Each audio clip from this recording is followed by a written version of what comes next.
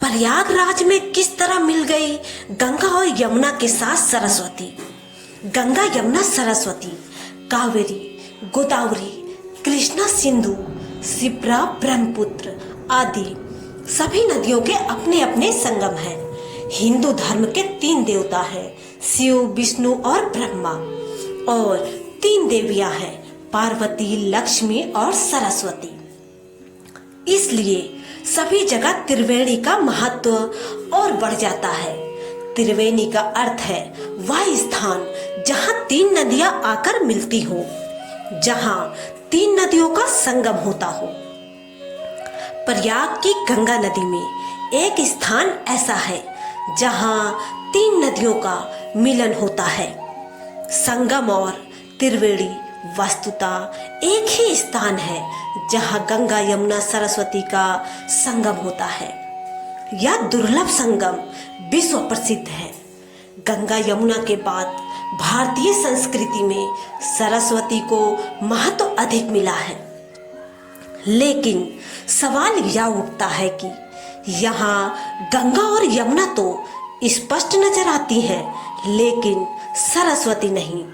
तो फिर यह कैसे त्रिवेणी संगम हुआ? दरअसल इसके पीछे एक कथा है। यह कथा श्रीमद् भागवत पुराण में बड़े ही विस्तार से मिलती है। सरस्वती पूर्व काल में स्वर्ण भूमि में बहा करती थी। स्वर्ण भूमि का बाद में नाम सर्वराष्ट्र पड़ा।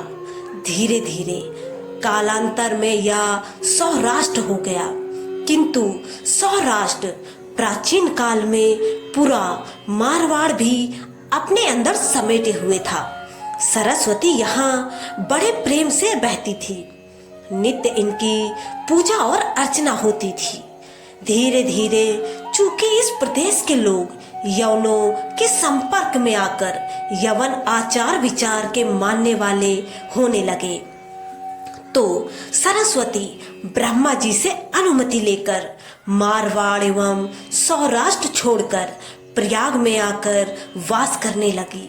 और तब से सरस्वती के वहां से चले आने के बाद वह पूरी भूमि ही मरुभूमि में परिवर्तित हो गई, जिसे आज राजस्थान के नाम से जाना जाता है।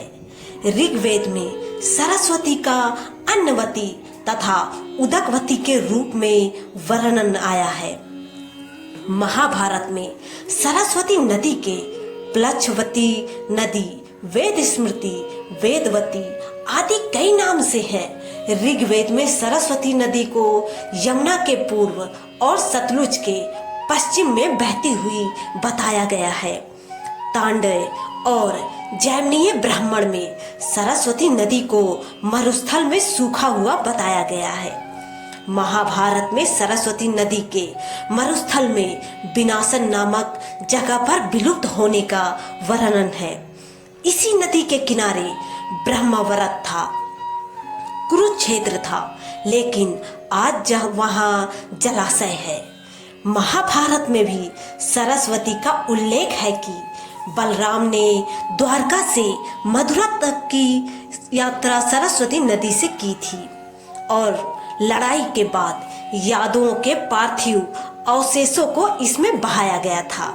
यानी तब इस नदी से यात्राएं भी की जा सकती थी। कैसे गंगा में मिली सरस्वती? वैदिक काल में एक और नदी दृष्टद्युति का वर्णन भी आता है। यह सरस्वती नदी की सहायक नदी थी। यह भी हरियाणा से होकर बहती थी।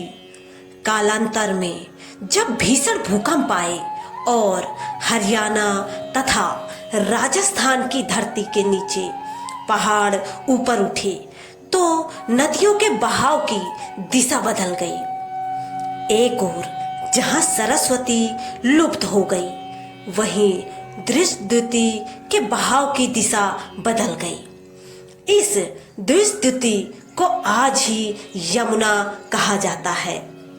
इसका इतिहास 4000 वर्ष पूर्व माना जाता है। भूचाल आने के कारण जब जमीन ऊपर उठी, तो सरस्वती का आधा पानी यमुना द्विस्थिति में गिर गया।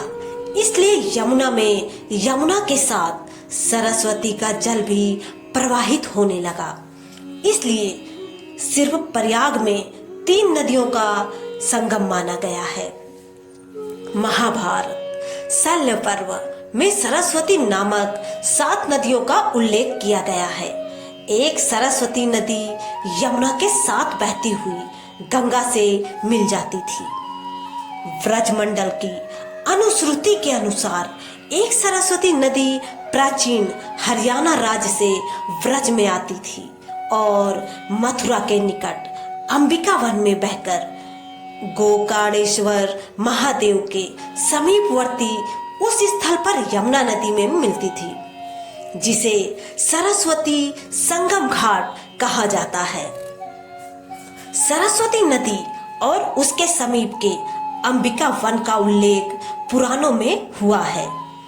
उस सरस्वती नदी का प्राचीन धारा भी अब नियमित रूप से प्रवाहित नहीं होती है। उसके स्थान पर सरस्वती नामक एक बरसाती नाला है, जो अंबिका वन के वर्तमान स्थल महाविद्या के जंगल में बहकर जाता हुआ यमुना से मिलता है। साथ ही सरस्वती कुंड भी है।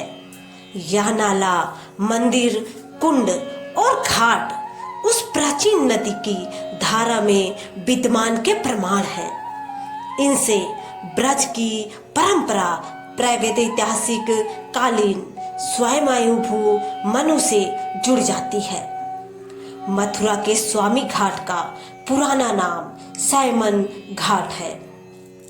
दोस्तों, आपको ये जानकारी कैसी लगी? कृपया कमेंट करके जरूर बताएं।